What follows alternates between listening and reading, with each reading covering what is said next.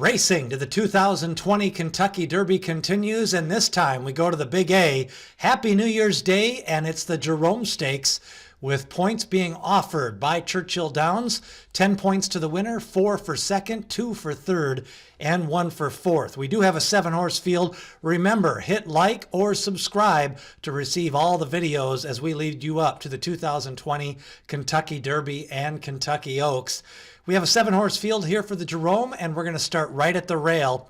It's Prince of Pharoahs, and Prince of Pharoahs picked up a big victory in his most recent start. The New York bred won by 5 lengths at a flat mile, and that's what the distance of the Jerome is. So Prince of Pharoahs most likely going to be the second favorite. American Pharoah is the sire. This is his first crop as they turn 3 years old, and you add a little bit of class and distance on the mare's side, being out of a Dixie Union mare. Linda Rice trains, and Prince of Pharoahs 8-1 on the morning line. Inside Risk is by Street Sense. Thomas Morley trains. This horse has ran 3 times. He broke his maiden at Saratoga. That was in a maiden $50,000 claimer. He was claimed out of that effort, and we'll see if they can get back some of that claim money here, as they've ran 6th and 9th, but most of those were graded stakes races. Now he drops a little bit in class and enters the Jerome off a 2-race losing streak. But you do have to like the fact that he did win at Saratoga, and he was bet down that day, picked up a 71 Beyer speed figure back in August. And remember, Beyer speed figures and Brisnet speed figures are not linear. Lightly raced horses improve by about 3 to 4 speed figure points per race in their first 2-3 races, and that's per month. So when you got Inside Risk opening up with a debut of 71 back in August, and we're now in January, you can add about 12 points to that speed figure, and that puts him at about a level of 83 if he can duplicate that effort. They don't always improve. So his most recent 2 races are a 76 and a 73. I'd put Inside Risk at about a 75 to 80 projected Brisnet speed figure. Independence Hall, that's the top gun, a morning line of 1-5, and he may go off at 1-9 in this spot. He ended up the 3rd favorite in the Kentucky Derby Future Wager number 1. He's favored by William Hill at 8-1 odds right now. And this is the first crop of Constitution. A lot of you may not remember him. He was actually started off his career with 3 straight wins, did not debut until he was a 3-year-old. He was a son of Tappet, trained by Todd Pletcher. And Constitution then got injured, did not run in the Kentucky Derby, ran in the Clark Stakes against older horses, and then won the Grade 1 Don handicap as a 4-year-old. He also won the Grade 1 Florida Derby before injuring himself. So he was precocious. Even though he didn't debut as a 2-year-old, he won 3 straight races in a 2-month period and would have been probably one of the top 3 or 4 favorites for the Kentucky Derby.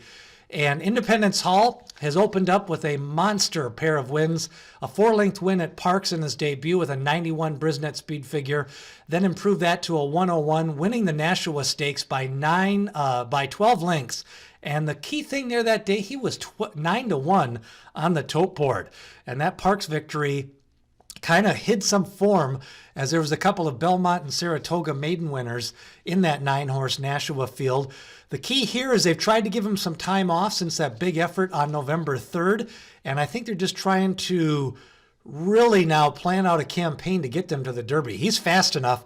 Very few horses are going to run a 101 before the first Saturday in May, and Independence Hall is already there.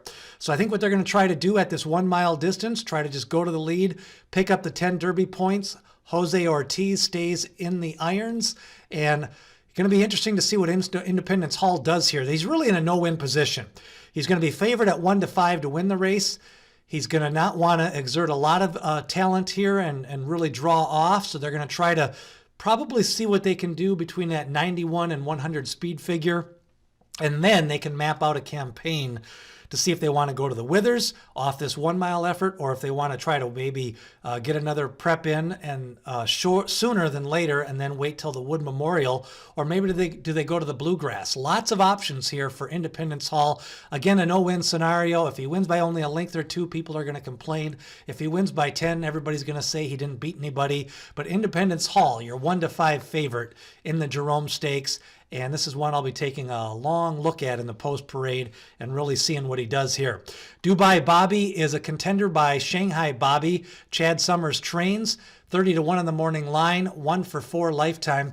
Meanwhile, Polar Pete is another one with just 2 lifetime races. He picked up an 85 Brisnet speed figure in his debut, regressed a little bit in that second race down to a 75. I could see him improving here. I'm going to put Polar Bear Pete as my bottom half of the exacta behind Independence Hall. Celtic Striker for Raymond Handel, $100,000 September yearling purchase at Keeneland. He's by Congrats, who kind of started off as a low-price stallion, went up in price, and then now is back to $12,500. He won at Monmouth in his second lifetime race, eligible to improve here. Another one with an 83 Brisnet speed figure back in October. Maybe you can project that to an 84 or 85 in his third lifetime start. Bourbon Bay rounds out the field, picked up a win in his second lifetime start for Mark Henning. The Son of Bairn was a $205,000 purchase at the sales, and Jose Lezcano has ridden him in both of his efforts. He does come off the pace, most likely going to be the second favorite. I'm going to try to take a stand here and go straight exacta, Independence Hall over Polar Bear Pete and Prince of Pharoahs, and try to beat Bourbon Bay in that second spot. Interesting race. One of the Derby favorites actually running at Aqueduct on New Year's Day, Independence Hall. Can he kind of sustain that momentum from his opening pair of big victories? And it's his all-important third lifetime start to see where he fits in that form cycle as we go into February and March. We'll have previews of the Sham Stakes coming up later on this week and the Mucho Macho Man Stakes. Who do you like in the Jerome Stakes? Do you think Independence Hall is a top contender? Remember, hit like and subscribe as we lead you up to the 2020 Kentucky Derby, and hit like on this video. It's the Jerome Stakes from the Big A.